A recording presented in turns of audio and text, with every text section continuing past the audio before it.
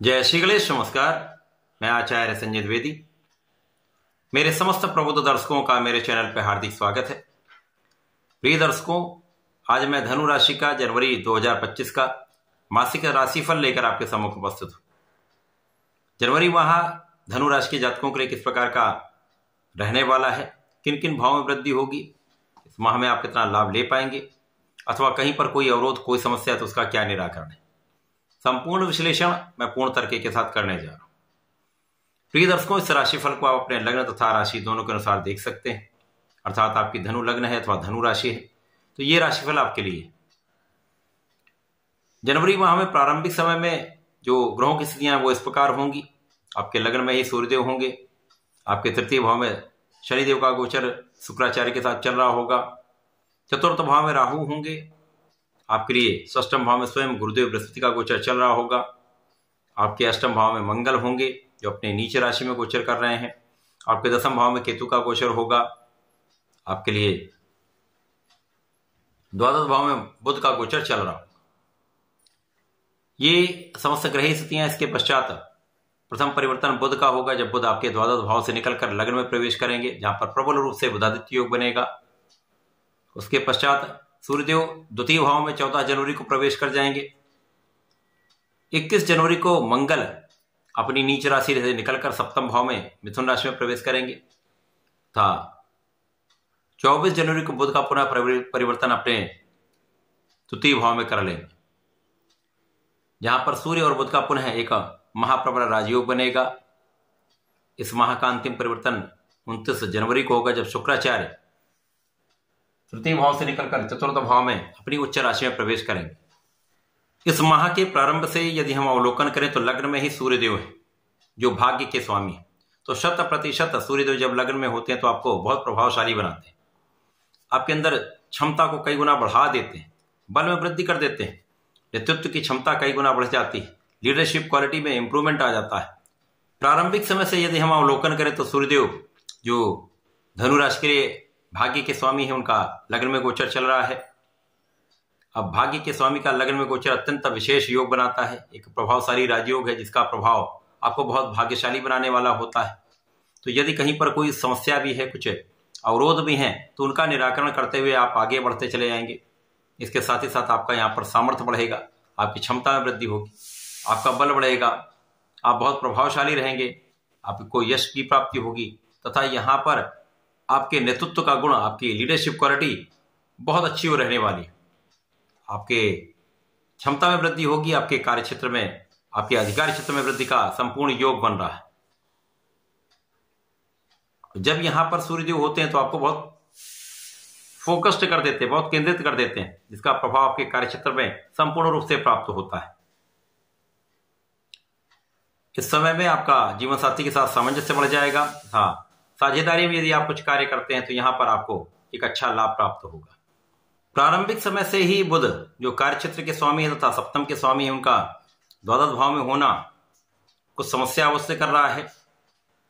परंतु जो लोग विदेश में रहकर कार्य कर रहे हैं, विदेश से संबंधित होकर व्यापार कर रहे हैं, विदेश सेवाओं में हैं, उनके लिए यहाँ पर गुरु शनि का, शुक्राचार्य का विशेष सहयोग प्राप्त हो रहा है, जिसके कारण इस समय में कोई विशेष समस्या का सामना नहीं करना पड़ेगा। आपके कार्यक्षेत्र में लोगों का सहयोग मिलेगा, उच्चाधिकारियों के साथ एक अच्छा कोऑर्डिनेशन रहेगा तथा यहाँ पर एक अच्छे धन का आप अर्जन करने वाले हैं। यद्यपि यहाँ पर कुछ तनाव रह सकता है, मन में अज्ञात भय रह सकता है, किसी कारण से यहाँ पर आपको अवरोध दिख सकता है, परंतु किसी प्रकार की कोई बड़ी समस्या का यहाँ पर कोई योग नहीं। जो लोग मातृ स्थान पर रहकर कार्य कर रहे हैं वहां पर निश्चित रूप से कुछ अवरोध हो सकता है, कुछ विरोधाभासी चीजें हो सकती हैं, लोगों का उतना सहयोग प्राप्त नहीं होगा। परंतु जैसे ही यहां से बुध का परिवर्तन आपके लग्न में हो जाएगा तो कार्यक्षेत्र तथा सप्तम के स्वामी आपके लग्न में पहुंच जाएंगे, तो यहां विशेष रूप से आपकी समस्याओं का समाधान हो जाएगा। जो एलर्जी की समस्या वो दूर होगी, स्वास्थ्य समस्याओं में कमी आएगी तथा आप यहाँ पर बहुत प्रभावशाली तथा बहुत स्वस्थ रहने वाले हैं। यहाँ पर आपका मानसिक स्तर, आपका शारीरिक स्तर तथा आर्थिक स्तर में बहुत बड़ा सुधार होने वाला है।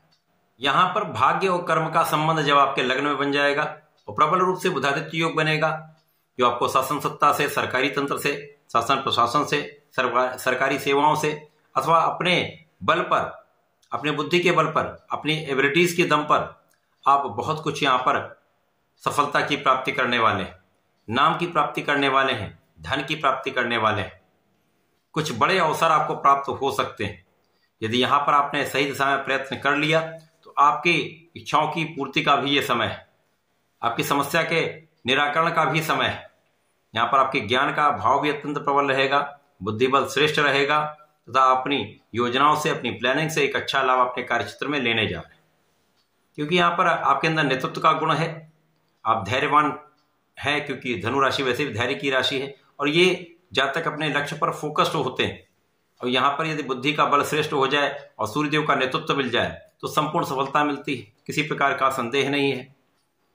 इसी प्रकार से शनिदेव आपको भाग्यशाली बना रहे हैं।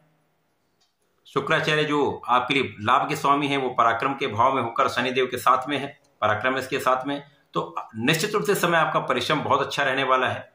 परिश्रम का संपूर्ण लाभ भी आप लेने वाले हैं। प्रारंभिक समय में जब तक बुध द्वादश भाव में होंगे तब तक कुछ समस्याएं रह सकती हैं, कुछ तनाव रह सकता है, परंतु उसके बाद ये माह आपके लिए अत्यंत विशेष होने वाला है, बड़े लाभ देने वाला है।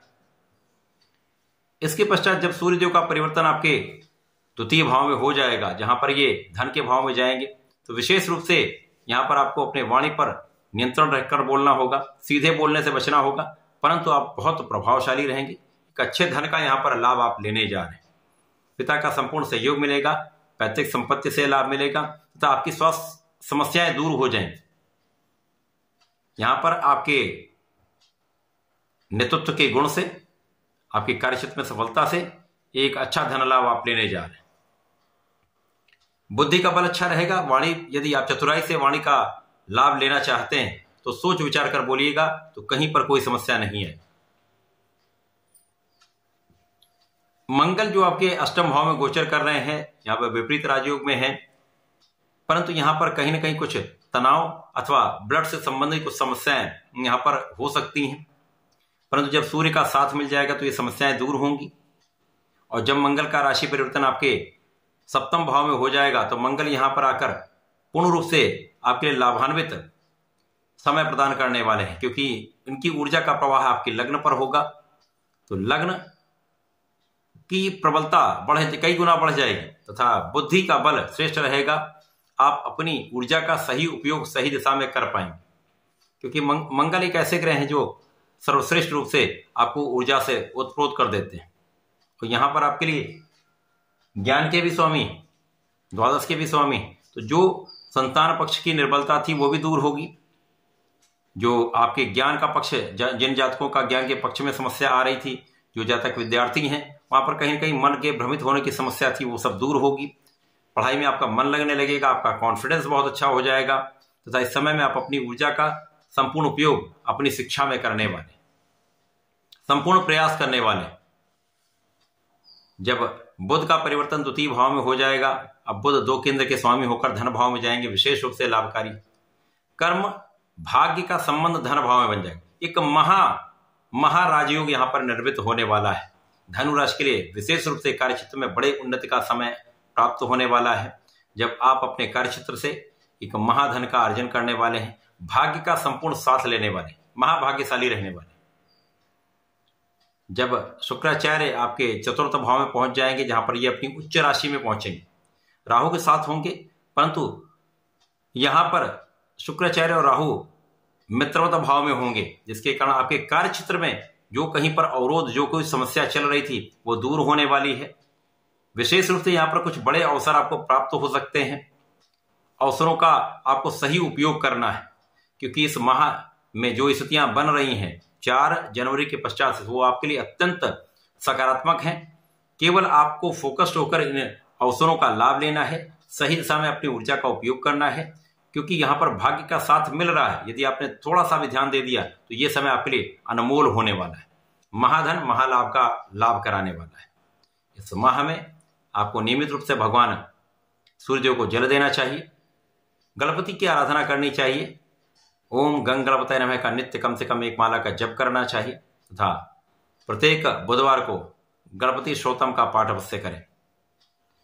विष्णु सहस्त्रनाम का यदि प्रत्येक गुरुवार को अथवा बुधवार को भी आप श्रवण अथवा पाठ कर लेते हैं तो विशेष लाभ आपको प्राप्त होता है। जो कहीं समस्या है, जो कोई अवरोध है, समस्त समस्याएं दूर होकर आपको बड़े लाभ की प्राप्ति हो सकती है। तो इस समय का उपयोग करके लाभ लें। धन्यवाद। नमस्कार।